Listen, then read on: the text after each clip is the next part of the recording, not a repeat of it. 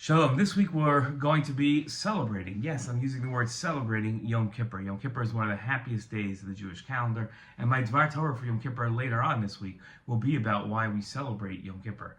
The Yom Kippur is a day coming up, and before we fast, we have one last meal, the Seudah Mafsekes, the meal that stops us from eating, and it's an important meal, one that has that's celebratory, is festive, that it's a mitzvah to eat. But there are a couple of halachos of the Seudah Mafsekes that we have to keep in mind, and one in particular that I want to focus on in this video, and that is that oftentimes at the end of the Seudah Mafsekes we don't finish it the minute before Yom Kippur begins.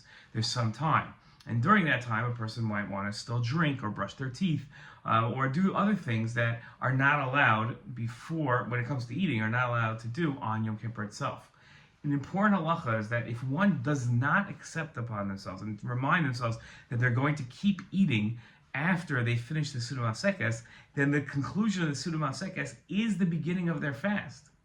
That's an important halacha to know, meaning that you would not be able to eat afterwards. Now, in an emergency situation where a person forgot to remind themselves that they're going to plan to continue eating, then there are ways, but that requires talking to a Torah scholar, and who wants to call a Torah scholar a half an hour before Yom Kippur to ask if they could brush their teeth?